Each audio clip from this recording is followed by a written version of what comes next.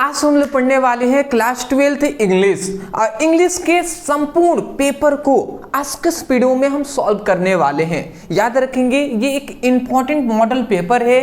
ठीक इसी प्रकार बोर्ड एग्जाम 2025 में आपको प्रश्न पत्र मिलने वाला है।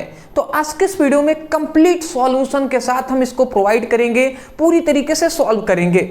मैं एक ही रिक्वेस्ट करूंगा, कॉपी पेन लेकर बैठिएगा। और दूसरी बात, जो स्टूडेंट वीक हैं, थोड़े कमजोर हैं, जिनको जो इंग्लिश है ना थोड़ा उनको हार्ड लगता है, उनके लिए मैं खास कर कहना चाहूंगा कि आप आराम से इस वीडियो को देखिए, आसानी तरीके से पर मतलब जो भी टॉपिक है ना समझ में आ जाएंगे। देखिए सबसे ज़्यादा आपके लिए ही मैं अदरवाइज इंग्लिश पढ़ा रहा हूँ, ठीक है, क्योंकि बहुत सारे स्टूडेंट हैं जिनको इंग्लिश बहुत ही ज़्यादा हार्ड लगता है। तो देखिए जी कैसे आसानी से हम इसको सॉल्व करेंगे। सबसे पहली बात देखिए, यहाँ पे हमने एक पेपर ले लिया है 2025 बोर्ड एग्जाम के लिए, क्लास 12 इंग्लिश है। ये एक पेपर कोड होता है, 100 नंबर का पेपर होता है, 3 घंटे 15 मिनट का आपका प्रश्न पत्र होता है। इतना बेसिक बात है, ये बात आप जानते हैं। चलिए जी, ये आपको कुछ नोट्स दिया गया होता है, इसको जो पढ़ना होता है, ठीक है ना, तो आप पढ़ लीजिएगा। इसके कहने का मतलब यही है ना कि आपका जो पेपर है वो 4 सेक्शन में विभाजित है, मतलब बटा गया है। जैसे सेक्शन ए आ गया, देखिए थोड़ा सा मैं इंट्रोडक्शन दे दूं। जो आपका पेपर होता है वो 4 सेक्शन में विभाजित होता है, ए बी सी और डी, ठीक है ना। ये 4 सेक्शन में डिवाइड है। अब एक एक करके हम सेक्शन वाइज देखेंगे। जैसे इसमें हम सबसे पहले सेक्शन ए देख रहे हैं, जिससे आपको कितना नंबर का पूछा जाता है जी, 15 नंबर का सेक्शन ए से आपको पूछा जाता है। तो चलिए पहले हम 15 नंबर अपना कंप्लीट करते हैं, ठीक है ना। देखिए सबसे पहले यहाँ पे हमारा पहला क्वेश्चन आता है, read the following passage carefully and answer the question that follow, ठीक है ना। मतलब यहाँ पे सिंपल वे कहें तो एक ये पैराग्राफ आपको दिखाई दे रहा है, इस पैराग्राफ को हमें अच्छे से पढ़ना है। इसके नीचे हमें 5 क्वेश्चन दिए गए हैं, उसका उत्तर इसी में से ढूंढ कर लिखना है, ठीक है ना। तो हमने एक बात मुझे याद है अभी भी कि मैंने अनसीन पैसेज जब कराया था, अनसीन पैसेज, ठीक है ना। अनसीन पैसेज जब हमने अनसीन पैसेज पर एक वीडियो लाया था, तो उसमें मैंने आपको जैसे ये इंग्लिश में लिखा गया है, इसको हिंदी में हमने सबको मीनिंग बताते हुए आपको हमने बताया था। तो स्टूडेंट का लगभग कमेंट ये था ना कि सर आपको तो हिंदी निकालने आ रहा है, तो आप तो हमें बता दे रहे हैं, बट अगर हमको मतलब हिंदी निकालने नहीं आता है, इंग्लिश से हम ट्रांसलेट नहीं कर पाते हैं, तो इसका मतलब क्या हम इसको सॉल्व नहीं कर पाएंगे। तो उनके लिए, उन सभी स्टूडेंटों के लिए खासकर ये टॉपिक हम बताएंगे, क्योंकि जिनको हिंदी निकालने ही नहीं आता, तो मैं उनसे कहना चाहूँगा आप भी आसानी से इसको सॉल्व कर पाएंगे। चलिए आज के इस वीडियो में हम इस टॉपिक पर बिल्कुल एक भी हिंदी नहीं निकालेंगे, आसानी से सॉल्व करेंगे ये क्वेश्चन को। अब 15 नंबर हम आपको दिलाएंगे। कैसे दिलाएंगे? ट्रिक से दिलाएंगे जी। चलिए जी, अच्छा ये आपको पैराग्राफ दिखाई दे रहा है ना, तो इस पैराग्राफ को आप पढ़ सकते हैं, कोई भी दिक्कत वाली बात नहीं है, ठीक है ना। मैं सीधा डायरेक्ट यहाँ पे क्वेश्चन पे आता हूँ। पहले एक एक क्वेश्चन को मैं देखता हूँ, उसके बाद सब हम आपको आंसर सहित आपको दिखाएंगे जी। चलिए यहाँ पे पहला हमारा क्वेश्चन है कि when is the real man discovered, ठीक है ना। मतलब यहाँ पे कह रहा है कि एक जो मतलब मैं हिंदी तो बताऊंगा नहीं, चलिए जी हिंदी बता दूंगा तो आप फिर से कहने लगेंगे सर आपको तो हिंदी पता है। चलिए जी, अगर आपका ट्रिक यहाँ पे क्या है, ट्रिक यहाँ पे यही है ना, आपको ट्रिक यही अपनाना है कि जैसे क्वेश्चन ये पढ़ रहे हैं, ये क्वेश्चन पढ़ रहे हैं, तो क्वेश्चन में जो आपको सबसे पहले सब्जेक्ट, वर्ब और ऑब्जेक्ट पता होनी चाहिए, ठीक है ना, कि कौन इसमें सब्जेक्ट है, वर्ब है, ऑब्जेक्ट है, क्वेश्चन वर्ड कौन है। बट अगर आपको नहीं पता तो मोस्टली आपको 2 चीजें देखना है, सबसे ज्यादा तो वर्ब देखना है, ठीक है ना। अब वर्ब नहीं पता है जिनको, तो चुपचाप आप ये क्वेश्चन में कुछ वर्ड को आप जैसे उसको अंडरलाइन करेंगे। जैसे यहाँ पे कह रहे हैं when is the real man discovered, तो देखिए एक हम यहाँ पे ये एक लाइन है जो हमें थोड़ा सा ये वर्ड जो है ना अट्रैक्ट कर रहा है, तो इस लाइन को हमें उसमें देखना है ऊपर वाले पैराग्राफ में। आज जहां मिल जाए तो उससे पहले वाले मतलब फुल स्टॉप से अंतिम वाले फुल स्टॉप पर लिख देना है। जैसे यहाँ पे देखिए रियल मैन डिस्कवर लिखा गया है, डिस्कवर्ड, तो चुपचाप हम यहाँ पे आएंगे तो यहाँ पे हम क्या देखेंगे कि यहाँ पे सबसे पहले देखेंगे, यहाँ से शुरू करते हैं, it is under adversity circumstances that the real man, ठीक है। देखिए यहाँ पे आ गया ना, the real man is discovered, ठीक है ना। तो देखिए द रियल मैन डिस्कवर्ड आकर यहाँ पे समाप्त हो रहा है, तो जहाँ पर समाप्त हो गया ना, तो यहाँ समाप्त हो रहा है तो यहाँ तक हम रहने देंगे। और ये सेंटेंस कहाँ से स्टार्ट हुआ है, तो ये सेंटेंस यहाँ से स्टार्ट हुआ है, तो यहाँ तक। तो मतलब पहले का आंसर आपको यहाँ से लेकर यहाँ तक आप लिख सकते हैं। कुछ भी नहीं आता है, छोड़ने के कगार पे हैं, तो कम से कम ऐसे आप ट्रिक से इस्तेमाल करके लिख देंगे। हमने देख लिया the real man discovered, question में भी दिया था, इसमें भी मिल गया, तुरंत हम यहाँ से यहाँ तक लिख देंगे, 100% फुल नंबर मिलेंगे। ठीक है ना, तो यही बात है जी। अब इसको चाहे तो आप बना कर भी लिख सकते हैं कि द रियल मैन डिस्कवर्ड, ठीक है, अंडर एडवर्सिटी सर्कमस्टांसेस, ऐसे भी आप लिख सकते हैं। बट आपको नहीं समझ में आ रहा है ना, तो मैं रियलिटी कह रहा हूँ, यहाँ से चुपचाप यहाँ से इट से लेकर डिस्कवर तक यहाँ तक लिख देंगे। इस तरीके से आप करना है जी। बात समझ रहे हैं। चलिए दूसरे पर भी आते हैं। आप सोच रहे होंगे कि सर एक तो मिल गया, दूसरा मिलेगा। चलिए जी देखते हैं। अगला कह रहा है what kind of the main proof is worth even the in adversity. मतलब सिंपल सी बात है कि चलिए, तो हम हिंदी तो नहीं, हम नहीं, चलिए तो यहाँ पे हम क्या करेंगे, यहाँ पे कुछ चीज़ें कॉमन है जिसको पकड़ेंगे। जैसे द प्रूफ, मेन प्रूफ यहाँ पे लिखा गया है इज वर्थ इवन एडवर्सिटी। तो देखिए यहाँ पे वर्थ इवन एडवर्सिटी, ये कुछ मेन हमारा पॉइंट्स है जिसको हमें इसमें ढूंढना है। तो चलिए जी देखते हैं, द प्रूफ, मेन प्रूफ भी दिख जाए या वर्थ इवन इन एडवर्सिटी देखना है हमें। तो चलिए जी, वर्थ इवन इन एडवर्सिटी। अब इसमें हम पैराग्राफ में देखते हैं, तो अगर हम देखें तो देखिए यहाँ पे, देखिए यहाँ पे worth even in time of adversity, यहाँ पे हमें मिल गया ना। देखिए वर्थ इवन भी मिल गया, एडवर्सिटी भी मिल गया है, यहाँ पे समाप्त हो रहा है, तो यहाँ फुल स्टॉप है, तो यहाँ तक रहने देंगे और इसको हम ऊपर तक ले जाएंगे। देखिए कहाँ से ये सेंटेंस स्टार्ट हुआ है, ये सेंटेंस यहाँ से स्टार्ट हुआ है, तो यहाँ से हम लिख देंगे, ए मेन से हम लिख देंगे या मैन से भी लिख देंगे। तो यहाँ से लेकर यहाँ तक हम पूरी तरीके से कंप्लीट कर देंगे। ये हमारा दूसरे का आंसर हो गया। ठीक है ना, चुपचाप यहाँ से लेकर यहाँ तक लिख देंगे। बात समझ रहे हैं। तो यही बात हुआ जी। चलिए इसका आंसर मैं आपको दिखा दूँ दोनों का। ये देखिए, ये दोनों का आंसर देखिए। सबसे पहले when is the real man discovered, तो फिर से यहाँ पे आंसर में लिखा गया द रियल मैन डिस्कवर्ड, ठीक है, अंडर एडवर्सिटी सर्कमस्टांसेस। मतलब सिंपल सी बात है, हिंदी थोड़ा सा बता दे रहा हूँ। यहाँ पे कहने का मतलब है कि when is the real man discovered, मतलब एक जो वास्तविक व्यक्ति है, एक अच्छा व्यक्ति है, उसकी खोज मतलब हम कह सकते हैं कि कब हुई। ठीक है, एक अच्छे व्यक्ति की खोज कब हुई, ठीक है ना, या कब होती है। ठीक है, तो खोज का मतलब क्या है ना, एक अच्छे आदमी की पहचान कब होती है, ये कहने का मतलब है। तो यहाँ पे कह रहा है द रियल मैन डिस्कवर्ड, एक अच्छे व्यक्ति की पहचान या खोज तब होती है अंडर एडवर्सिटी सर्कमस्टांसेस, मतलब एक जब विपरीत परिस्थिति होता है, जब विपत्ति का समय होता है, तो उस समय पर एक रियल व्यक्ति की या एक रियल इंसान की क्या होती है, पहचान होती है या खोज होती है। तो यही बात कहा गया। फिर से यहाँ पे कहा what kind the man proof his worth even the adversity. तो यहाँ पे आंसर वही बात हमने यहाँ पे लिखा है।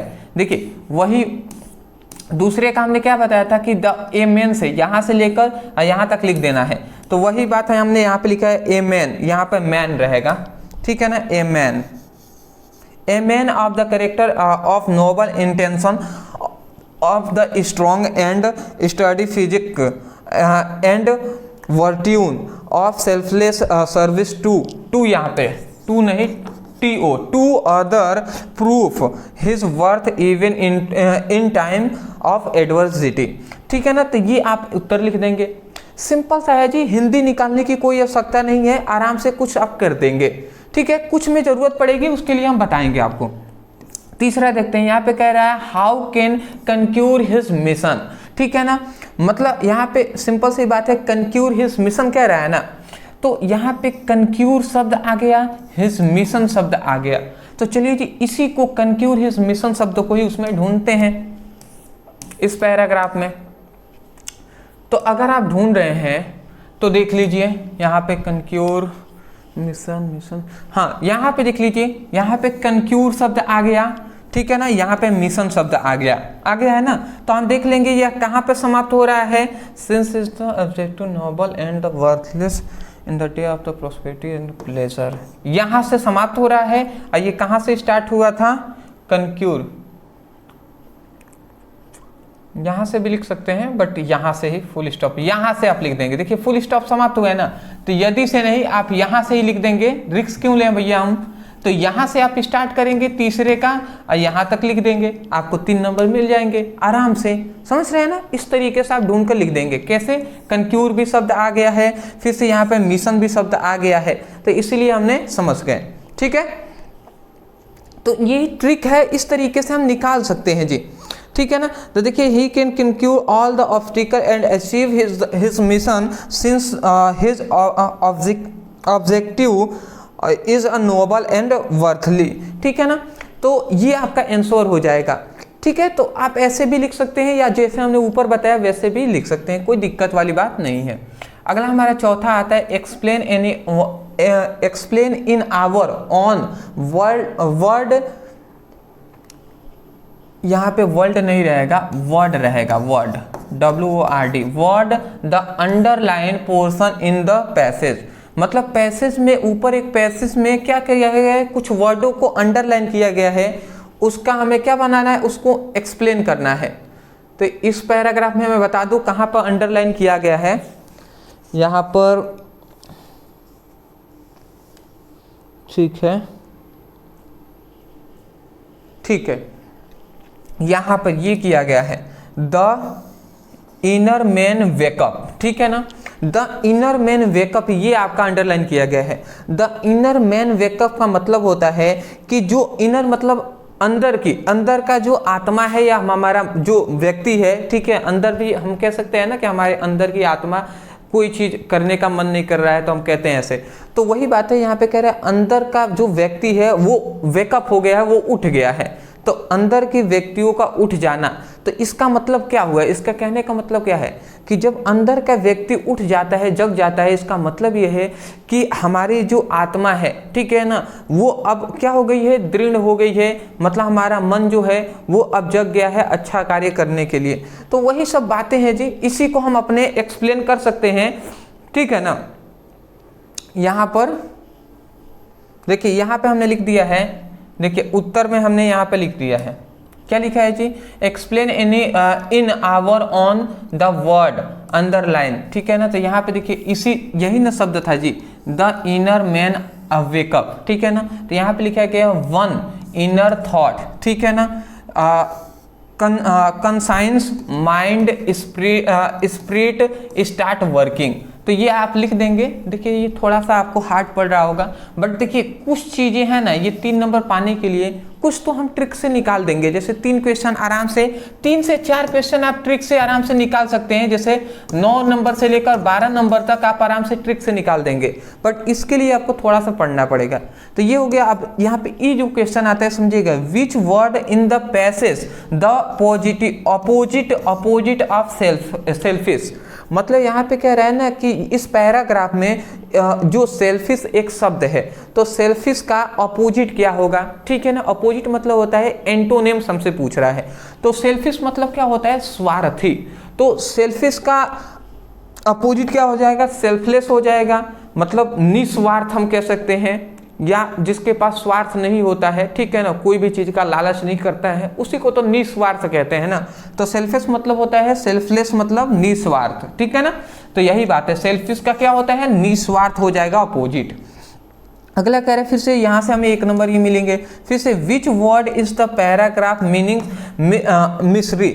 मतलब मिस्री का क्या होता है, जो अपोजिट, जो क्या होता है, मीनिंग क्या होता है, मतलब पर्यायवाची हमसे पूछ रहा है। तो एडवर्सिटी होता है, सिंपल सी बात है जी। मिस्री का क्या हो जाएगा, एडवर्सिटी हो जाएगा, जिसका मतलब, इसका मतलब क्या होता है, दुर्भाग्य होता है। अगला आता है, what does the word obstacles mean the in the passage. मतलब जो ऑब्स्टिकल है इसका क्या होता है, मतलब क्या होता है, ठीक है। तो ऑब्स्टिकल्स मतलब हम जानते हैं बाधा होता है, ठीक है ना, रुकावट होता है, ऑब्स्टिकल हम कहते हैं आ रहा है। तो समथिंग मतलब कुछ, that make it's difficult for you do something. मतलब हम जब कुछ कार्य करते हैं ना, समथिंग कुछ भी हम कार्य करते हैं, तो वहाँ पे जो डिफिकल्टी आती है, वही डिफिकल्टी को तो हम बाधा कहते हैं। तो तो यही अपने शब्दों में ही इसको हमने एक्सप्लेन कर दिया है। तो मैं आपसे कह दूँ रियलिटी बात, देखिए मैं छुपाने वाला यहाँ पे कोई भी काम नहीं करूँगा। सबसे पहली बात देखिए, ये तभी आप कर पाएंगे, ये जो क्वेश्चन है ना, आप जैसे 15 नंबर का है तो मैं कह सकता हूँ कि 9 नंबर से 12 नंबर, जो वो ट्रिक हमने बताया है कि कुछ वर्ड आप पहचान कर ऊपर से आप लिख देंगे, तो उससे आप लिख सकते हैं, ठीक है ना। परंतु आपको 3 नंबर से लेकर 6 नंबर तक जो अगर आपको लेना है, 15 में से 9 से 12 नंबर तो आराम से आप ले लेंगे, पर 3 से 5 नंबर 6 नंबर जो बात है उसके लिए थोड़ा सा आपको मेहनत करना पड़ेगा, थोड़ा सा आपको अपोजिट ये सब कुछ पता होनी चाहिए। और ये एक दिन में आप नहीं कर पाएंगे, इसके लिए पहले के स्टडी नहीं कहते हैं कि भैया मतलब पहले से बेसिक आपका क्लियर रहता है ना और थोड़ा स्ट्रॉन्ग रहता है तो आगे आपको काम करते हैं। अब हमको क्या पता कौन सा पैराग्राफ देगा, सेल्फिश का ही एंटोनिम्स पूछेगा या सिनोनिम्स, तो इसलिए ये पहले से आपको पता होनी चाहिए ये सभी चीज़ें। और नहीं पता है तो कोई नहीं जी, अब क्या कर सकते हैं। चलिए अब हमारे आता है यहाँ पे सेक्शन बी। अब सेक्शन बी हम यहाँ पर देखने वाले हैं, ये आप स्क्रीनशॉट ले लें, ये बहुत ज़्यादा इंपॉर्टेंट आर्टिकल है। चलिए जी, यहाँ पे हमारा आता है सेक्शन बी, कह रहा है right an article any one of the flowing topics about 100 to 15 word. अब देखिए उस टाइम से हम क्या कर रहे थे, उस टाइम से हम अभी तक हिंदी में ज़्यादा एक्सप्लेन नहीं कर रहे थे। तो आप सोच रहे होंगे सर आप तो हिंदी नहीं बता रहे हैं, समझ में उतना नहीं आ रहा है तो क्या होगा। चलिए जी, अब एक एक करके हिंदी में अनुवाद भी हम करते हुए चलेंगे। तो देखिए यहाँ पे हमें आर्टिकल लिखना है, अधिक से अधिक कितने हमें शब्दों में लिखना है, 100 से 150 शब्दों में लिखना है। तो देखिए यहाँ पे वोमेन सेफ्टी इन इंडिया मतलब भारतीय महिलाओं की सुरक्षा पर लिखना है, ऑनलाइन क्लासेस पर लिखना है, या how to make a good health, एक अच्छा शरीर हम कैसे, एक स्वस्थ शरीर कैसे हम बना सकते हैं, उस पर हमें लिखना है। तो चलिए अब हम लिखें। चलिए जी, तो हमें पहले हम लिखते हैं how to make a good health. एक हम इस वीडियो में करा रहे हैं, 5 सेट कराएंगे ना, ठीक है। इतना बेसिक बात आपको पता है कि हम, इतना तो बेसिक बात पता है कि मेरा 4 सब्जेक्ट है, फिजिक्स, केमिस्ट्री, हिंदी और इंग्लिश, ये चारों सब्जेक्ट की हम स्टडी करा रहे हैं। हमने कहा है कि जो अनसॉल्व पेपर है उसको सॉल्व कराएंगे। तो देखिए सबसे पहला इसका हमने फिजिक्स का एक पेपर सेट 1 सॉल्व करा दिया है, केमिस्ट्री का भी सेट 1, हिंदी का भी सेट 1 कंप्लीट करा दिया है, इंग्लिश का ये सेट 1 है जिसको हम सॉल्व करा रहे हैं। तो जैसे ये एक सेट कंप्लीट होता है, फिर से सेट 2 इसी तरीके से एक एक कराएंगे, फिर से सेट 3 भी कराएंगे, इसी प्रकार सेट 4 भी हम सभी का करा देंगे, इसी प्रकार फिर से सेट 5 का भी कराएंगे। तो इस तरीके से 5 अगर हम सेट कराएंगे इंग्लिश का, एक एक भी आर्टिकल हर बार अलग अलग बताएं तो 5 आर्टिकल हम आपको तैयार करा देंगे। तो इसका टेंशन ना लें, एक एक पहले करके हम देखते हैं जी। तो यहाँ पे हम चलिए सबसे पहले how to make a good health, एक अच्छा शरीर हम कैसे बना सकते हैं इसको हम देखते हैं, एक स्वस्थ शरीर हम कैसे बनाएं, ठीक है। तो यहाँ पे हमने लिखा है इट इज़ वेरी इंपॉर्टेंट, ये बहुत ही महत्वपूर्ण है, to adopt a balance lifestyle, एक संतुलित जो जीवन शैली है उसको जीना, for a healthy body and mind. किसके लिए? For a healthy body and mind, मतलब एक अच्छे शरीर और एक अच्छी मानसिक मतलब मस्तिष्क के लिए हमें एक संतुलित लाइफ स्टाइल जीना क्या है, बहुत ही महत्वपूर्ण है। फिर से कह रहे वी कैन इम्प्रूव, हम इम्प्रूव कर सकते हैं, हम उसको बढ़ा सकते हैं, अच्छा कर सकते हैं, आवर हेल्थ, अपने हेल्थ को, विथ राइट डाइट मतलब संतुलित आहार करने से, मतलब भोजन करने से, रेगुलर एक्सरसाइज करने से, ठीक है ना, एंड मेंटल पीस से और मानसिक शांति से, मतलब हम एक संतुलित भोजन करें, रेगुलर एक्सरसाइज करें और मेंटल और शांति जो मानसिक शांति से हम क्या करते हैं, अपने जो स्वास्थ्य है ना उसको हम इम्प्रूव कर सकते हैं, यही बात कहा गया। अगला आता है, इसमें कुछ पॉइंट्स हैं जिसको आपको याद रखना है, जैसे बैलेंस डाइट। अब इसमें क्या लिखा गया है, इट्स न्यूट्रिशन फूड्स, मतलब क्या है कि हमें पोषक तत्व खाना चाहिए, जो हम भोजन करते हैं उसे पोषक तत्व वाले भोजन को करना चाहिए। कंज्यूप्शन अ ग्रीन वेजिटेबल, जैसे हमको क्या करना है, जो ग्रीन वेजिटेबल है, हरी सब्जियां हैं उसको खाना चाहिए, फ्रूट्स को खाना चाहिए। अगला आता है ग्रेन, मतलब जो अनाज होते हैं उसको खाना चाहिए, प्रोटीन को खाना चाहिए, हेल्दी फैट्स को खाना चाहिए। गिवन स्ट्रेंथ, जो हमें क्या देते हैं, गिवन देते हैं, स्ट्रेंथ मतलब होता है ताकत देते हैं, एंड एनर्जी मतलब ऊर्जा देते हैं, टू द बॉडी, अपने मतलब शरीर को, मतलब शरीर को जो ऊर्जा देते हैं और जो ताकत देते हैं उनको खाना चाहिए। और कौन कौन से देते हैं जी, जैसे हरी सब्जियां देंगे, फल देंगे, अनाज देंगे, प्रोटीन देंगे और हेल्दी फैट देंगे। तो मैं आशा करता हूँ कि आपको आसानी से समझ में आ गई होंगी। अगला आता है एक्सरसाइज भी इंपॉर्टेंट है, जिसमें सबसे पहले एक्सरसाइज एटलीस्ट 13 मिनट, ठीक है ना, 13 मिनट 30 मिनट। तो exercise at least 13 minutes each day like, ठीक है ना, मतलब एक्सरसाइज जो है ना कम से कम 30 मिनट प्रत्येक दिन हमें करना चाहिए। अगला कह रहा है लाइक, जैसे वॉकिंग, वॉकिंग मतलब टहलना, रनिंग मतलब दौड़ना, कीप द बॉडी हेल्थ मतलब एक स्वस्थ बॉडी के लिए, एक स्वस्थ शरीर के लिए हमें कम से कम 30 मिनट तक एक्सरसाइज करना है, जैसे दौड़ना है, चलना है, घूमना है, इस तरीके से। फिर से कह रहा है कि it's improve not only physical health but also mental condition. और इससे जब हम ये 30 मिनट रेगुलर एक्सरसाइज करेंगे ना, तो इससे न केवल हमारी शारीरिक स्वास्थ्य अच्छा होगा, बल्कि मानसिक जो स्वास्थ्य है, मानसिक जो कंडीशन है, मानसिक परिस्थितियां हैं, वो भी सही रहेंगे, ठीक है ना, इंप्रूव होगा। तो मैं आशा करता हूँ ये बात समझ गए होंगे। अगला कह रहा है ड्रिंकिंग वाटर, इसका मतलब क्या है, इट इज़ वेरी इंपॉर्टेंट, ये बहुत ही महत्वपूर्ण है to keep the body hydrate, अपनी जो बॉडी है, शरीर है, उसको हाइड्रेट करना। Drinking enough water also keep the skin glowing, ठीक है ना, मतलब ड्रिंकिंग इनफ वाटर मतलब हमें पर्याप्त मात्रा में पानी पीना चाहिए, पर्याप्त मतलब अधिक मात्रा में पानी पीना चाहिए। आल्सो कीप अ ग्लोइंग मतलब स्किन ग्लोइंग, जिससे क्या होता है, जिससे हमारी जो स्किन है ना वो ग्लो करता है, चमकता है, ठीक है ना। कहते हैं ना कि उसका जो स्किन है वो ग्लो कर रहा है, तो उसी का मतलब है जी, ठीक है ना, पानी पीने से हमारी जो स्किन है ना वो ग्लो करता है। तो ये बात समझ गए ना, पानी भी हमें पीना चाहिए। अगला आता है टेक स्लीप, एक अच्छा नींद भी हमें आवश्यक है, तो उसके लिए कह रहे हैं एक गुड हेल्थ सॉरी एक गुड स्लीप, एक अच्छी नींद, ठीक है ना, एक अच्छी नींद इज इंपॉर्टेंट मतलब एक अच्छी नींद महत्वपूर्ण है for mental and physical health, ठीक है ना, मतलब मानसिक और शारीरिक स्वास्थ्य के लिए एक अच्छी नींद आवश्यक है, महत्वपूर्ण है। क्यों? क्योंकि इट्स रिपेयर द बॉडी, क्योंकि यह हमारी बॉडी को रिपेयर करता है, मरम्मत करता है। कौन? एक अच्छी नींद। फिर से हमने नीचे यहाँ पे लिखा है थस, इसी प्रकार bye including a balance diet, मतलब इसी प्रकार हम एक संतुलित डाइट करके रेगुलर एक्सरसाइज करके और मेंटल पीस मतलब मानसिक शांति से अपनी डेली जो रूटीन है, डेली रूटीन में हम इसको लाकर we can live a healthy life, एक हम स्वस्थ जीवन जी सकते हैं। तो ये बातें हैं जी, इतना आप सब कुछ लिख देंगे तो आपका काम कंप्लीट हो जाएगा। चलिए इसका स्क्रीनशॉट सबसे पहले आप ले लीजिए, ठीक है ना, इंपॉर्टेंट है इसीलिए मैं कह रहा हूं।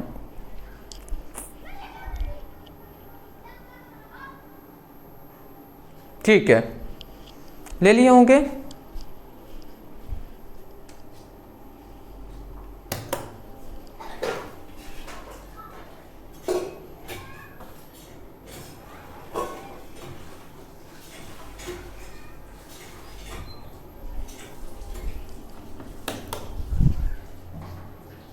ठीक है जी, ठीक है, ले लिए होंगे ना, यहाँ से ले लीजिए, थोड़ा सा साफ ज़्यादा ही कुछ दिखाई दे रहा होगा इसलिए। चलिए कोई नहीं जी, थोड़ा सा ज़्यादा ही ये थोड़ा दिक्कत हो गया था, चलिए अब सही हो गया है, अब थोड़ा साफ से दिखाई दे रहा होगा। चलिए नहीं दिखाई दे रहा तो कोई दिक्कत नहीं है, क्या करें, कैमरे नहीं है हमारे पास। चलिए अगला आता है कि यहाँ पे तीसरा आता है write a letter to the editor of local newspaper about the cleanness of your city, मतलब सिंपल सी बात है कि अपने लोकल न्यूज़पेपर के एडिटर के पास एक पत्र लिखना है, क्लीननेस मतलब सफाई के लिए, ऑफ योर विलेज या सिटी मतलब अपने गांव या शहर की सफाई के लिए जो लोकल न्यूज़पेपर है उसके पास, लोकल न्यूज़पेपर के एडिटर के पास हमें एक पत्र लिखना है। या इसके जगह पर आप लिख सकते हैं कि write a letter to the principal of your college complaints against the shortage book in your college library, मतलब आपके कॉलेज के लाइब्रेरी में पुस्तकों की कमी के कारण कंप्लेन करना है, शिकायत करना है जो आपके प्रधान आचार्य हैं उनसे, ठीक है। दोनों में से कोई भी कर सकते हैं, दोनों तो हमने कराया हुआ है, पहले हम इसको करा देते हैं जो कि बहुत इंपॉर्टेंट है। क्या है? तो सफाई के लिए। तो देखिए यहाँ पे हमने लेटर लिख दिया है, समझिएगा 10 नंबर का लेटर भी आता है और 10 नंबर का आर्टिकल तो देख ही लिया। अगला आता है ऐरोली बगल देवरिया, मतलब सिंपल सी बात है, सबसे पहले ऊपर कहाँ लिखना है, ऊपर लिखने वाले हैं भेजने वाले का पता, भेजने वाले का पता, ठीक है ना। मतलब आप जहाँ से लेटर कहाँ से भेज रहे हैं, सबसे पहले मतलब मैं लेटर भेज रहा हूँ तो मैं अपना पता डालूंगा, सबसे पहले ऊपर लिखूंगा, फिर से दिनांक में लिखूंगा, फिर से जहाँ पर हम भेज रहे हैं उसका पता लिखेंगे। तो भेजने का स्थान, मतलब जहाँ पर आप भेज रहे हैं उसका स्थान की बात कर रहे हैं, और यहाँ पर नीचे फिर से विषय लिख देंगे। तो ये 4 पॉइंट्स लिखने के बाद फिर हम लिखते हैं, पहले भेजने जहाँ से भेजा जा रहा है उसका क्या है, तो हमने लिख दिया अहिरौली बघेल देवरिया यूपी, तो ये भेजने का स्थान है। उसके बाद डेट हमने इस तरीके से लिख दिया। फिर से द एडिटर आज तक न्यूज़ दिल्ली, मतलब दिल्ली के जो आज तक न्यूज़ है वहाँ पे हम भेज रहे हैं, तो भेजने का स्थान हमें लिख दिया। फिर से सब्जेक्ट हमने लिख दिया letter for the cleaning the city, मतलब शहर की सफाई के लिए हम यह पत्र लिख रहे हैं। अब देखिए यहाँ पे हमने लिखा हुआ है, क्या लिखेंगे, द एडिटर या डियर सर, आप एक लाइन छोड़कर नीचे लिखेंगे, ठीक है ना। तो इन दोनों में से कोई भी लिख सकते हैं। फिर से लिखा गया है I am writing a letter on behalf of the resident of my city, मतलब I am writing a letter, मैं ये पत्र लिख रहा हूँ, ठीक है ना। मतलब मैं ये पत्र अपने शहर के निवासियों की तरफ से एक लेटर लिख रहा हूँ, मतलब मैं एक पत्र अपने शहर के निवासियों की तरफ से लिख रहा हूँ, ये बात है। अगला कह रहे हैं सो डैट, मतलब ताकि I can draw your attention, ताकि मैं आपका ध्यान आकर्षित कर सकूं टू डेली सिचुएशन, इस दैनिक स्थिति की ओर आकर्षित कर सकूं, ठीक है ना। In which we can force to live, जिसमें हम रहने के लिए मजबूर हैं, ठीक है ना। यहाँ पे फोर्स्ड है, तो जिसमें हम रहने के लिए क्या है, मजबूर है। मतलब मैं एक पत्र अपने शहर के निवासियों की ओर से लिख रहा हूं ताकि मैं आपका ध्यान उस दैनिक स्थिति की ओर आकर्षित कर सकूं जिसमें हम रहने के लिए मजबूर हैं। तो ये बात है जी। अगला यहाँ पे कह रहा है no sanitation worker have been coming to our city for at least 10 days, मतलब कह रहा है नो सैनिटेशन मतलब होता है कि कोई भी सफाई कर्मचारी हैं वो कमिंग, मतलब यहाँ पे कह रहे हैं नो सैनिटेशन वर्कर, मतलब सफाई कर्मचारी नहीं आ रहे हैं, कमिंग मतलब नहीं आ रहे हैं टू आवर सिटी, हमारे शहर में एटलीस्ट 10 डेज, मतलब कम से कम 10 दिनों, पीछे बीते हुए 10 दिनों से कोई सफाई कर्मचारी नहीं आ रहे हैं।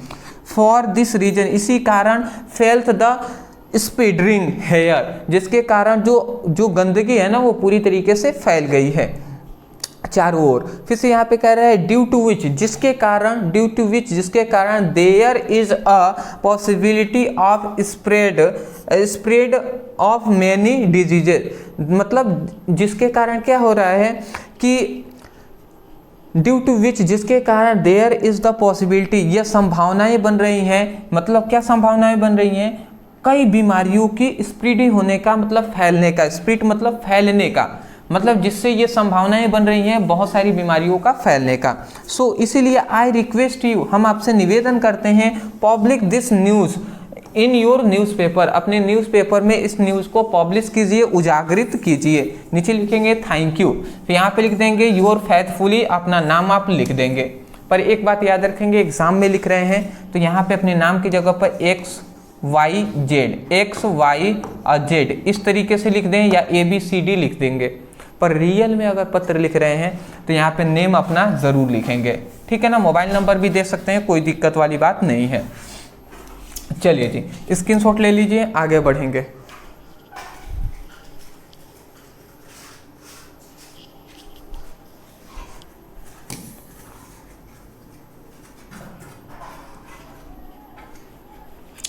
अब देखिए, अभी तक हमने कितना कुछ जान लिया है ये समझिए।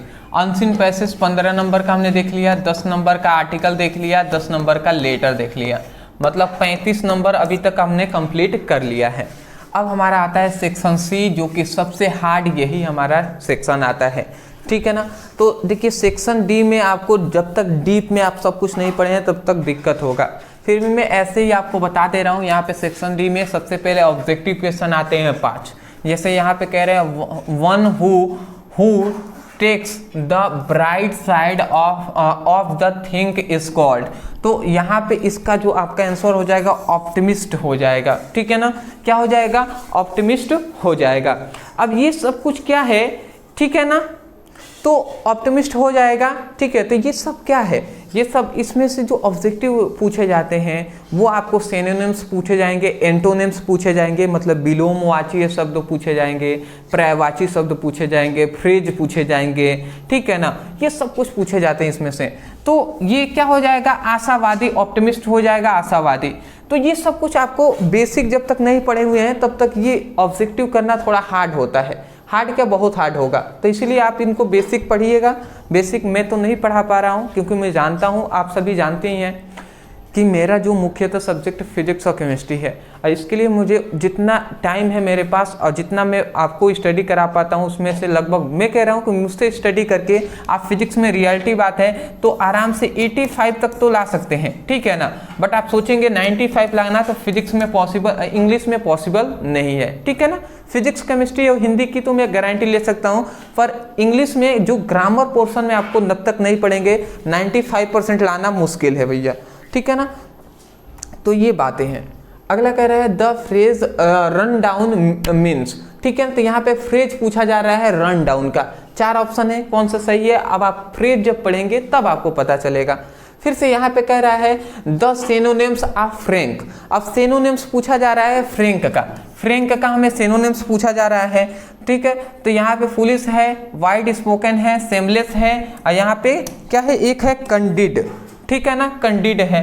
तो फ्रैंक का जो सिनोनिम्स होता है, पर्यायवाची होता है, वो कंडिड होता है, ठीक है। कंडिड मतलब क्या होता है, कंडिड मतलब होता है ईमानदार, अब फ्रैंक मतलब भी ईमानदार ही होता है, तो ये सिनोनिम्स हो जाएगा।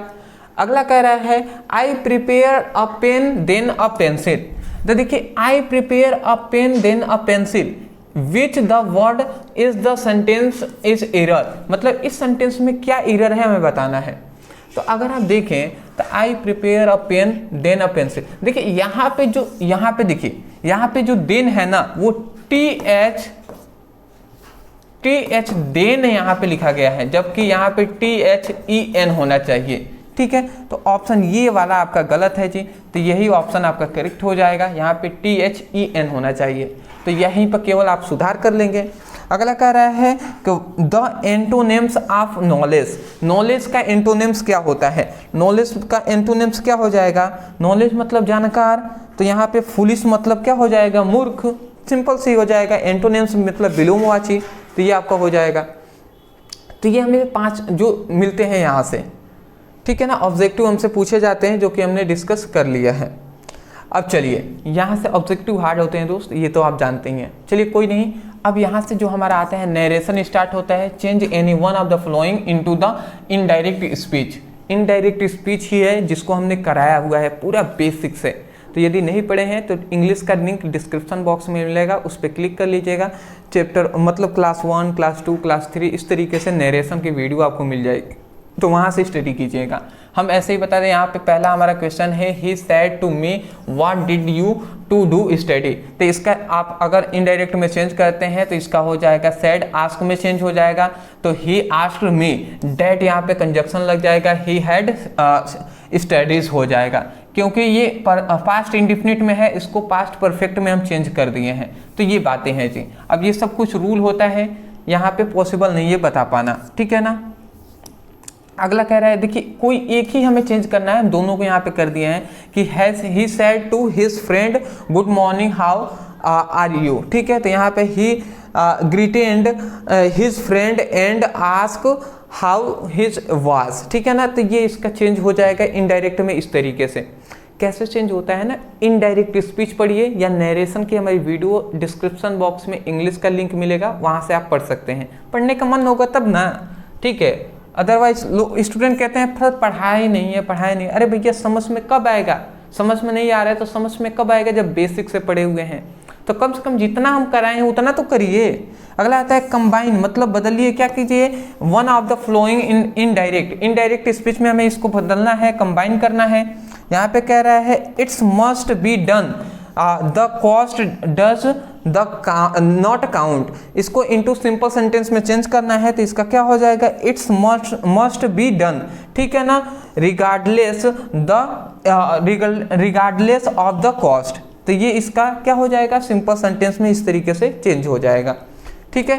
कोई भी एक करना है। ए में ए 2 यहाँ पे दिया गया है, इन दोनों में से एक हमने यहाँ पे चेंज कर दिया है।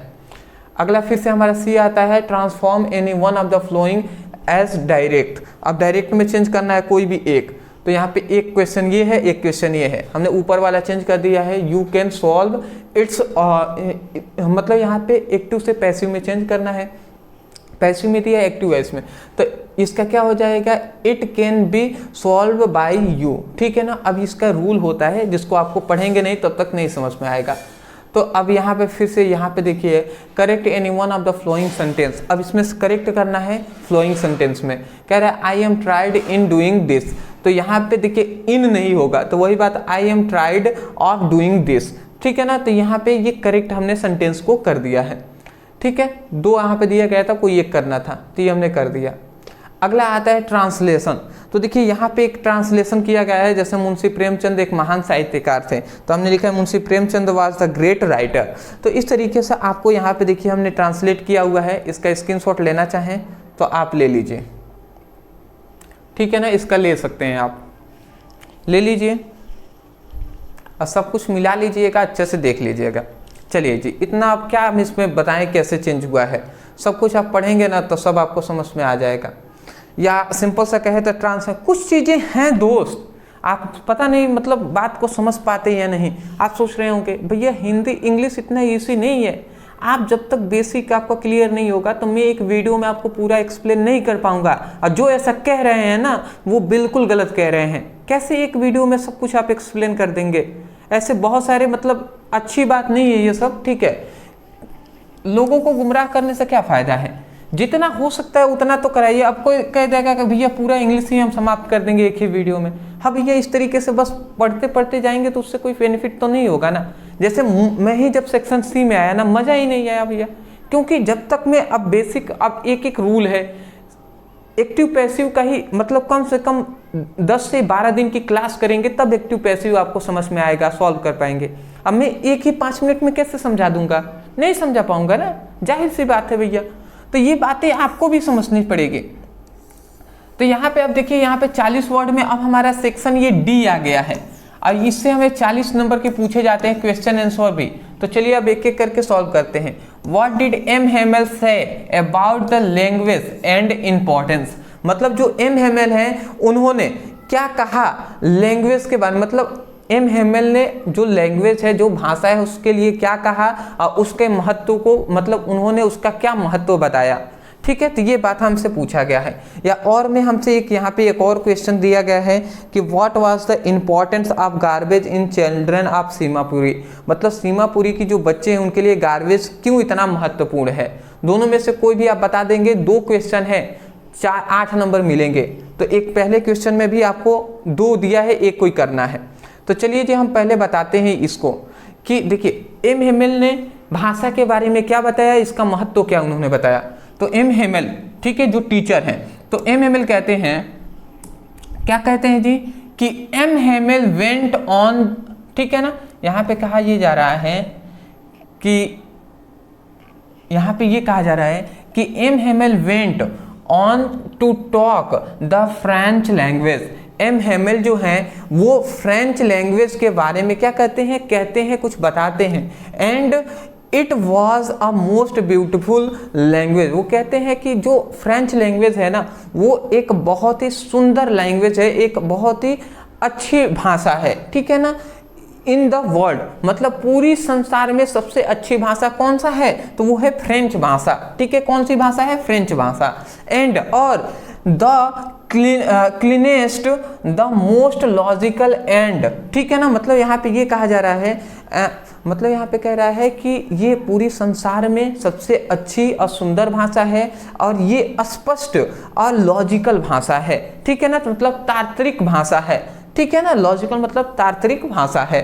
अगला कह रहा है वी मस्ट रिगार्डेड, जिसको हमें रिगार्डेड करना चाहिए। अगला कह रहा है इट्स एमोंग अस, जिसको हमें सुरक्षित भी करना चाहिए, रक्षा भी करना है, ठीक है। एंड नेवर फॉरगेट, इसको भी हमें भूलना नहीं है। फ्रेंच जो भाषा है इसको कभी भी हमें भूलना नहीं है। ये बातें हो गई जी, तो यही तो बात है। अगला यहाँ पे अब देखिए, अब जो यहाँ से एक करेंगे तो हमें 4 नंबर ही मिल गए। और फिर से बी में भी हमसे दो क्वेश्चन कहा गया, एक ये है एक ये है, दोनों में से कोई आप करेंगे। तो what did the instructor do the train Douglas, मतलब जो प्रशिक्षक हैं उन्होंने डगलस को कैसे ट्रेंड किया ये पूछा जा रहा है। डगलस को आपको पता ही है, डगलस एक बालक रहता है जिसको पानी से डर लगता है, तो वही बात है जी, डीप वाटर चैप्टर से पूछा गया है। या तो ये करें या आपको दूसरा कहा गया, what did the peddler consider the word is right trap, rats rape, ठीक है ना, रैट ट्रैप्स, यहाँ पर रैट ट्रैप होगा, रैट ट्रैप होगा, मतलब जो पैडलर है, चूहेदानी या फेरे वाला है ना, वो जो पूरी संसार को एक रैट रेप क्यों मानता है, चूहेदानी क्यों मानता है। तो या तो ये लिखें या तो इसके बारे में लिखें। तो चलिए हमने ऊपर आज के इस वीडियो में ऊपर वाला ही हम बताते हैं कि प्रशिक्षक ने डगलस को कैसे ट्रेंड किया, ठीक है ना, कैसे उसको तैयार किए जी, तो इसको हम जानेंगे। चलिए, तो यहाँ पे लिखा गया हमने कि द इंस्ट्रक्टर यूज पेशेंस, जो इंस्ट्रक्टर है उन्होंने क्या सिखाया, यूज पेशेंस मतलब धैर्य रखना, और noble method to train Douglas, ठीक है ना, मतलब जो इंस्ट्रक्टर हैं उन्होंने पेशेंस और एक नए तरीके से डगलस को क्या किया, ट्रेंड किया, ठीक है ना। He held him high on a roof attach to his belt, उन्होंने मतलब जो हम कह सकते हैं अपनी बेल्ट से उसको अपने बेल्ट से बांध दिए, नहीं होता ज्वाइंट करना, तो वही बात यहाँ पे हो रही है कि अटैच टू हिज बेल्ट, मतलब अपने बेल्ट से उनके बेल्ट जो डगलस है उसके बेल्ट को अटैच कर दिए। एंड वेंट बैक और पीछे आए, एंड फोर्थ अक्रॉस द पुल, अब कहें कि क्या करो, क्रॉस करो, मतलब पुल को क्रॉस करने का। लेटर बाद में ही आस्क डगलस, और डगलस से कहते हैं बाद में, टू पुट हिज फेस, जब तुम अपने फेस को, अपने चेहरे को पानी में, to put his face under water, जब अपने फेस को, चेहरे को पानी के अंदर डालो, ठीक है। एंड इन एक्सहेल मतलब तो होता है कि सांस को छोड़ दो, ठीक है ना। एंड टू हिज मतलब एंड फिर से कह रहे एंड और टू राइज हिज नोज, और जैसे ही अपने नाक को बाहर निकालो, ठीक है ना, फाइनली ट्रेंड, नाक को बाहर निकालो, ठीक है ना। टू यहाँ पे थोड़ा सा एक चीज छूट गया है, ठीक है ना, मतलब यहाँ पे ये कहना था, डगलस का ये कहना था कि डगलस यहाँ पे कह रहा है कि to put his face under water, जैसे ही अपने जो चेहरे को नीचे अंडर डालो, नीचे डालो, तो एक्सहेल मतलब सांस को छोड़ दो। एंड राइजिंग हिज नोज, और जैसे ही अपने नाक को बाहर निकालो तो क्या कर दो, इनहेल, फिर से यहाँ पे लिख देंगे राइजिंग हिज नोज इनहेल, ठीक है ना, यहाँ पे इनहेल फिर से यहाँ पे लिख देंगे। तो इनहेल मतलब जैसे ही अपने नाक को बाहर निकालो ना तो फिर से सांस को ले लो, ठीक है ना। फिर से कह रहा है फाइनली, इसी प्रकार ट्रेन हिम टू किक, ठीक है, विथ हिज लेग, ठीक है। मतलब देखिए यहाँ पे ये बात कहा जा रहा है कि जो मतलब यहाँ से मैं फिर से एक बार बता दूँ, यहाँ पे कह रहा है लेटर ही आस्क, लेटर मतलब बाद में, ही आस्क डगलस से उन्होंने कहा टू फेस मतलब to put his face under water, जैसे ही तुम अपने पानी के अंदर अपने चेहरे को डालोगे, टू एंड एक्सहेल, एंड तो सांस को क्या करोगे, छोड़ोगे। And to rising his noise, और जैसे ही अपने नाक को बाहर निकालो। And finally trained him to kick with his leg, तो फाइनली तुम अपने पैर को क्या करोगे, नीचे किक करोगे टिल दिस रिलैक्स्ड, और तब जाकर उस समय पर क्या करोगे, रिलैक्स करोगे, ठीक है। And told him to swim a length of the pool, ठीक है ना, और तब जाकर तुम क्या कर सकते हैं, पुल की जो लंबाई है उसको क्या कर सकते हो, स्विम कर सकते हो, तैर सकते हो। यहाँ पे कह रहे हैं ना swim the length of the pool, ठीक है, तो मतलब पुल की जो लंबाई है उसमें स्विम कर सकते हो। तो ये बातें हैं जी, ये जब आप चैप्टर पूरी तरीके से एक काम कर लेंगे, देखिए चैप्टर वाइज हमने 5 चैप्टरों का आपको सभी का आंसर सहित हमने बता दिया है, ठीक है ना। तो एक काम कर लीजिए, क्वेश्चन आंसर, ठीक है ना, जितना भी क्वेश्चन आंसर है उसको पढ़ना है तो डिस्क्रिप्शन बॉक्स में सभी चैप्टरों का आपको मिल जाएगा। तो चैप्टर वाइज हमने सबको करा दिया है क्वेश्चन आंसर, उसको वीडियो आप देख लीजिएगा, ठीक है ना। तो जैसे कि द लास्ट लेसन है, ठीक है ना, जो आपका द लास्ट लेसन है, फिर से आपका डीप वाटर है, रैट रैप है, इंडिगो है, लॉस्ट स्प्रिंग है। तो ये पांचों चैप्टरों का हमने करा दिया है, एक बार पढ़ लीजिएगा, ठीक है, इंपॉर्टेंट है। आठवां हमारा देखिए यहाँ पे जो आता है कि 80 शब्दों में हमें लिखना है और 7 नंबर में पूछा जाता है what did the Gandhi ji do for Champaran, मतलब चंपारण में गांधी जी, चंपारण के लिए गांधी जी ने क्या किया। तो यहाँ पे लिखा गया when Gandhi ji come to the Champaran, जब गांधी जी चंपारण में आए, ही सा डेट, ठीक है, तो उन्होंने देखा कि all the farmer of Champaran, Champaran के जो किसान है, वेयर इन बैड कंडीशन, उनकी एक क्या है, दैनिक कंडीशन है, दैनिक स्थिति है। देन तब ही फाइट्स अगेन द ब्रिटिश, तब उन्होंने क्या किया, ब्रिटिश जो है, अंग्रेज है, उनसे क्या किया, फाइट किया, ठीक है। And in which he win with in a few year, और उन्हें कुछ सालों बाद उनको क्या मिला, विन मिला, विजय मिला, ठीक है। उसके बाद यहाँ पे कह रहा है ब्रिटिश लैंडलॉर्ड गेव अप, और जो ब्रिटिश लैंडलॉर्ड हैं वो क्या कर दिए, मतलब ब्रिटिश हैं, उसने भूमि को क्या कर दिया, गिव अप कर दिया, छोड़ दिया, ठीक है। देयर लैंड, मतलब जो ब्रिटिश लैंडलॉर्ड है ना, जिसने ब्रिटिश ने, जो अंग्रेज है जिन्होंने हम कह सकते हैं भूमि को या जमीनों को कब्जा किया था, वो क्या कर दिए, गिव अप कर दिए, उसको छोड़ दिए, मतलब जो जमीनें लिए हुए थे उसको छोड़ दिए। एंड और इट वॉज गिवन बैक, अब वो वापस क्या कर दिए, it was given back to the farmer, अब वो उस जमीनों को वो पुनः मतलब दोबारा से क्या कर दिए, फार्मर को दे दिए, वापस कर दिए। एंड नाउ, और अब farmer were owner of their own land, अब क्या है, जो फार्मर है, जो किसान है, वो अपने जो लैंड है, अपने जमीन के क्या है, ऑनर है, खुद मालिक हैं। तो यही है जी।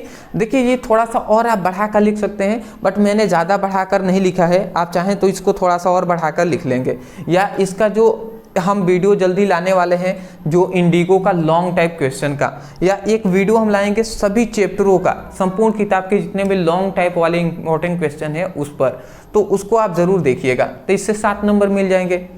तो इस तरीके से यहाँ पे फिर से आपको यहाँ पे एक स्टेंजा दे दिया है, अब इसको भी सॉल्व करना है। स्टेंजा हम जल्दी कराएंगे तो आपको बताएंगे जी। फिर से आता है central idea, right a central idea any one of the flowing poem. अब यहाँ पे 4 नंबर के एक सेंट्रल आइडिया आता है, जैसे माई मदर एट 66 है, कीपिंग किड्स है, ऑन जेनिफर टाइगर है। तो एक सेंट्रल आइडिया में यहाँ पे बताते रहा हूँ माई मदर एट 66 पर, ठीक है ना। यहाँ पे हमने लिखा है माई मदर एट 66, मेरी माताजी जो 66 वर्ष की हैं। तो poem is written by the Kamala Das, जो कमला दास जी हैं वो अपनी माता पर ही, मतलब जो अपनी माता पर ही वो ये क्या है, सेंट्रल आइडिया लिख रही हैं। तो जो कमला दास जी हैं वही इस पोएम को, मतलब ये जो आप सेंट्रल आइडिया इसको लिखी हुई हैं, ठीक है ना। अगला कह रहे हैं इन विच पोएम, मतलब इस पोएम में the fear of separation from the mother is no, इस पोयम में सेपरेशन मतलब बिछड़ने, देखिए यहाँ पे the fear of separation for his mother son, मतलब इस पोयम में दिखाया गया है माता से बिछड़ने के डर को, मतलब इस पोयम में माता से बिछड़ने को डर को दिखाया गया है। एंड और कमला दास जी बिलोंग अ केरला, केरला से बिलोंग करती हैं कमला दास जी हैं जो इसको लिखी हुई हैं। फिर से कह रहा है वेन कमला दास, जब Kamala Das when going to coaching from her home, जब वो अपने घर से कोचिंग की ओर जा रही होती हैं, देन सी हर मदर, मतलब देन तब वो क्या करती हैं, अपनी माता को क्या करती हैं, सी करती हैं, मतलब देखती हैं, विद रेड फेस, मतलब उतरते हुए, मतलब मुरझाए हुए अपनी माता को चेहरे को देखती हैं, ठीक है ना। तब एंड सी थिंक, और वो सोचती हैं माई मदर, मेरी माता, my mother is old now, मतलब मेरी माता जी हैं वो अब बूढ़ी हो चुकी हैं, ठीक है ना। अगला कह रहा है सी विल सून लिव अस, अब वो अब जल्द ही मुझे छोड़कर चली जाएंगी, ये कह रहे हैं। फिर से कह रहे हैं and C afraid to think, और ये सोचकर वो डर जाती हैं, ठीक है ना। कह रहे हैं अफेयर टू थिंक्स, ये सोचकर वो डर जाती हैं, बट लेकिन she looked out of the car से कोचिंग की ओर जा रही होती है, तो फिर से वो अपनी कार से कोचिंग से बाहर, मतलब अपनी कार के बाहर क्या करती हैं, देखती हैं तो क्या दिखाई देता है कि एंड, मतलब देखती हैं तो उनको क्या दिखाई दे, एंड सी सम चिल्ड्रेन, मतलब वो देखती हैं, बाहर जब देखती हैं तो उनको दिखाई देता है कि सम चिल्ड्रेन, कुछ बच्चे हैं वो कमिंग फ्रॉम स्कूल, मतलब वो स्कूल से आ रहे होते हैं, ठीक है ना,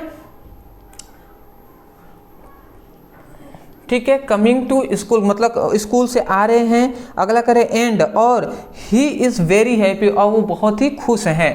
वेन, जब कमला दास रीच्ड एयरपोर्ट, और तब क्या होता है, कमला दास जब एयरपोर्ट पुणे पहुंच जाती हैं, जब एयरपोर्ट पहुंचती हैं, घर से एयरपोर्ट पहुंचती हैं, एंड तब और see look at her mother, अब वो पुनः अपनी माता के चेहरे को देखती हैं। यहाँ पे लिखा गया ना कि looked at her mother again, दोबारा से अपनी माता के चेहरे को देखती हैं, एंड और smiling with tired in her eyes, और आंखों में, हम कह रहे हैं ना कि आइज मतलब अपने आंखों में, टायर्ड मतलब आंसू को भरे हुए, मतलब अपने आंखों में आंसू को भरे हुए, स्माइल करते हुए मतलब मुस्कुराते हुए कहती हैं, क्या कहती हैं कि ही से मतलब सी से डैड, वो कहती हैं कि सी यू सून अम्मा, हम जल्द ही मिलेंगे माँ, ये बात कहती हैं जी। तो ये है सेंट्रल आइडिया, स्क्रीनशॉट ले लें।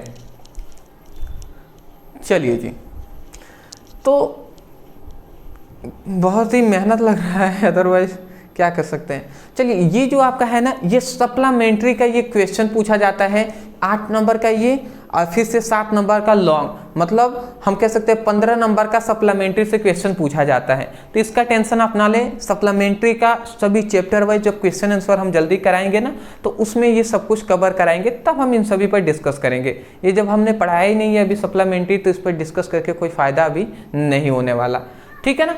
तो चलिए जी, आज के इस पेपर में हमने बहुत कुछ कराने का आपको प्रयास किया है, अब बताने का प्रयास किया है।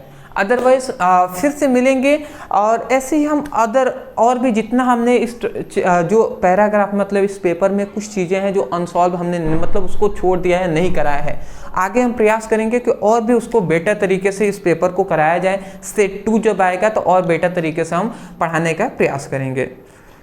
तो चलिए दोस्तों, कल मिलते हैं एक नए टॉपिक के साथ, एक नए वीडियो में। चैनल पर नए होंगे तो सब्सक्राइब कर दीजिएगा। आपके लिए परमानेंटली यहाँ पर वीडियो भी अपलोड किया जा रहा है, और मेहनत लगाया जा रहा है ना, ठीक है, मेहनत किया जा रहा है। आप भी मेहनत कीजिए, डिस्क्रिप्शन बॉक्स में लिंक है, जाइए वहाँ से स्टडी कीजिए।